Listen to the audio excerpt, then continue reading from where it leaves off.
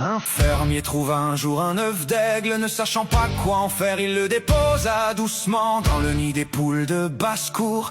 Bientôt, l'œuf est clos, et le petit aigle grandit entouré de poulets. Dès le début, il grattait la terre pour chercher des vers, picorait le sol, gloussait, caquetait exactement comme les autres. Il n'essaya jamais de voler, ne leva jamais les yeux, parce que toute sa vie il avait cru être un poulet. Les années passèrent, un jour il leva la tête, un immense oiseau planait haut dans le ciel, glissant avec force et grâce, sans presque battre ses ailes dorées. L'aigle le regarda émerveillé. Qui est, se demanda-t-il? C'est un aigle, répondit une poule à ses côtés. Le roi des oiseaux, il appartient au ciel, nous appartenons à la terre, nous ne sommes que des poulets. Alors l'aigle baissa la tête, retourna gratter le sol et vécut le reste de sa vie prisonnier d'un mensonge. Il mourut comme un poulet, non pas parce qu'il en était un, mais parce que personne ne lui avait dit le contraire. Quand on grandit entouré de poulets, il est difficile de voler aussi haut qu'un aigle.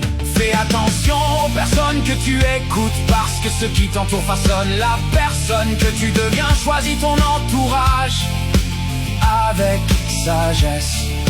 Abed était un homme cupide et égoïste, obsédé par l'argent qui trompait les autres. Il payait très peu ses ouvriers, peu importe combien il travaillait dur. Un jour Abed perdit un sac contenant 100 pièces d'or. Il chercha partout sans le retrouver. Plus tard, la fille d'un ouvrier découvrit le sac et le donna à son père. L'ouvrier le rendit à Abed, mais celui-ci mentit aussitôt. Il affirma que le sac contenait 200 pièces. L'ouvrier fut stupéfait.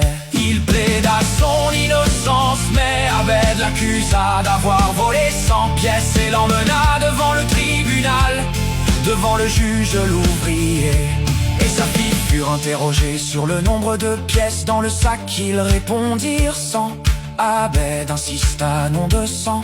Alors le juge rendit sa décision finale. Si Abed avait perdu un sac avec 200 pièces d'or, ce sac de 100 pièces ne lui appartient pas. Il restera donc à ceux qui l'ont trouvé, en récompense de leur honnêteté. La cupidité d'Abed fut punie, l'honnêteté de l'ouvrier récompensée. Plus on ment pour gagner, plus on finit par perdre. Un jour un mari entra dans la cuisine et demanda: pourquoi tu n'as pas cuisiné? Je t'ai dit hier, ma famille vient déjeuner. Sa femme, sans lever la tête, répondit froidement: ce sont ta famille, pas des inconnus. Ils peuvent manger ce qu'il y a dans la maison. Il s'arrêta blessé, demanda: si tu ne voulais pas cuisiner, pourquoi ne pas me l'avoir dit hier? Elle haussa les épaules, ce n'est pas grand chose, annule simplement le déjeuner. Il ne dit rien et sortit de la maison. Quelques minutes plus tard, quelqu'un frappa à la porte. Elle ouvrit et resta figée. Se tenait là sa famille, son père, ses frères et sœurs, leurs enfants. Son père sourit: où est ton mari? Il nous a invités à déjeuner hier. Prise de panique, elle se précipita dans la cuisine. Il n'y avait presque rien de préparé. Elle appela son mari, paniqué: pourquoi ne pas m'avoir dit que tu avais invité ma famille? Il répondit calmement: ta famille, ma famille.